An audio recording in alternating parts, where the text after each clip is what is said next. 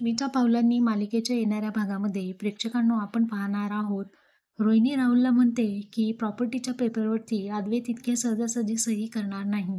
त्यामुळे आपल्याला वेगळ्या अँगलने विचार करायला हवाय.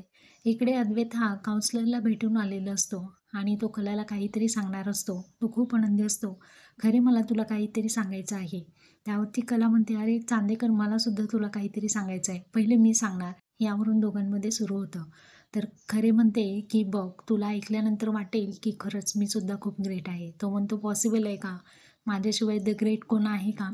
आता दोघंही अपोजिट साईडला तोंड करतात आणि एकमेकांच्या तोंडामधून डायरेक्टली तेच निघतं की आपण पुन्हा लग्न करूयात का? असं म्हटल्यानंतर दोघंही खूप आनंदी झालेले आहेत आणि पुन्हा नव्याने लग्न करण्याचा निर्णय दोघांनीही घेतलेला आहे.